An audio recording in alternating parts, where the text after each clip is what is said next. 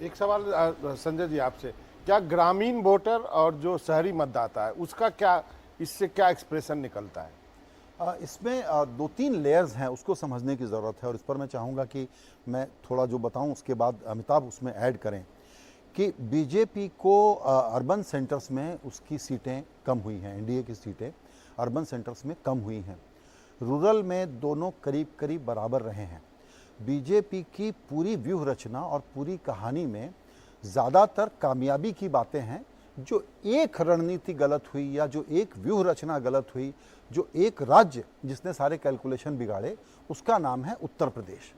और उत्तर प्रदेश में जिन सीटों का अब हम नंबर देख रहे हैं, मोटे तौर पर हम ये अनुमान लगा सकते हैं, और यही मैं चाहूँगा कि अमिताभ मेरी बात को सही या गलत बता दें, कि दलित और ओबीसीज, नॉन यादव ओबीसीज भी, ये लोग जिसको बीजेपी ने लाने के बहुत प्रयास किए थे, कुछ कारणवश ये उनके पास से छिटक गए।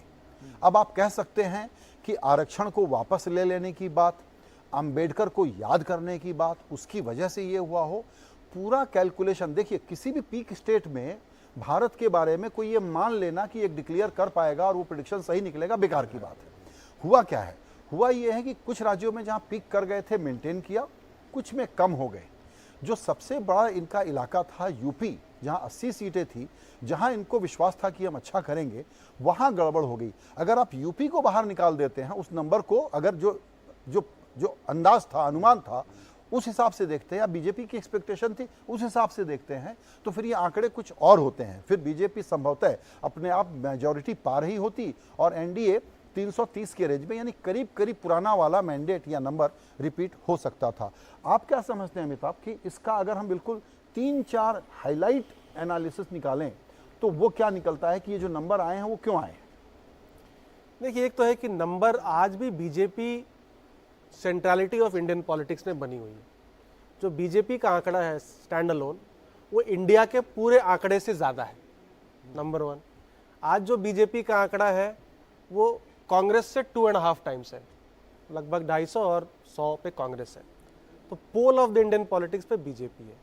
अब आपने जैसे कहा कि अगर यूपी को निकाल दें, मतलब यूपी में जो लॉसेस हुए अगर वो रिकूप हो जाते थे या वो अगर मेंटेन भी कर लेती थी बीजेपी, तो आज बीजेपी अपने आप सिंपल मेजॉरिटी पे होती थी।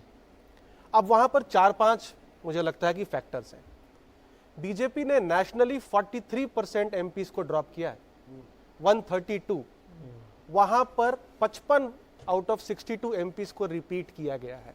Local anti incumbency against MPs was high, number 1। Number 2, non Yadav OBC vote block में भी समाजवादी पार्टी 2022 के विधानसभा चुनाव में भी खास करके कुर्मी कुशवाहा समाज में सेंध मारने में थोड़ी बहुत कामयाब हुई थी। लगता है कि और भी कामयाब हुई है, क्योंकि लगभग 1/4 टिकटें इन दो समाज के कैंडिडेट्स को दिया गया, मतलब लोकलाइज कर दिया गया चुनाव। अब बीजेपी को उम्मीद थी कि जो बसपा कमजोर होगी यहां से, क्योंकि गैर जाटव वोट ऑलरेडी बीजेपी के पास शिफ्ट हो चुका है, जाटव वोट भी शिफ्ट हो जाएगा बिकॉज ऑफ कि हमें पावर मिलेगा, रिप्रेजेंटेशन मिलेगा, एटसेट्रा।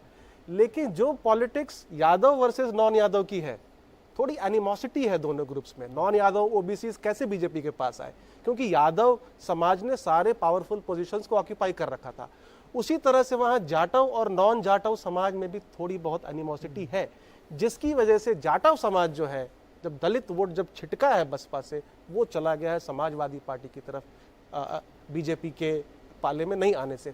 और मुझे लगता है कि एक और जो इंपॉर्टेंट था, कि एक लास्ट पॉइंट बोलता हूं, कि जब अरविंद केजरीवाल ने 2 स्टेटमेंट्स दिए कि मोदी जी प्राइम मिनिस्टर नहीं रहेंगे अगले साल, रिटायर हो जाएंगे 75, और योगी सीएम नहीं रहेंगे चुनाव के बाद, बीजेपी ने दूसरे स्टेटमेंट को काउंटर नहीं किया।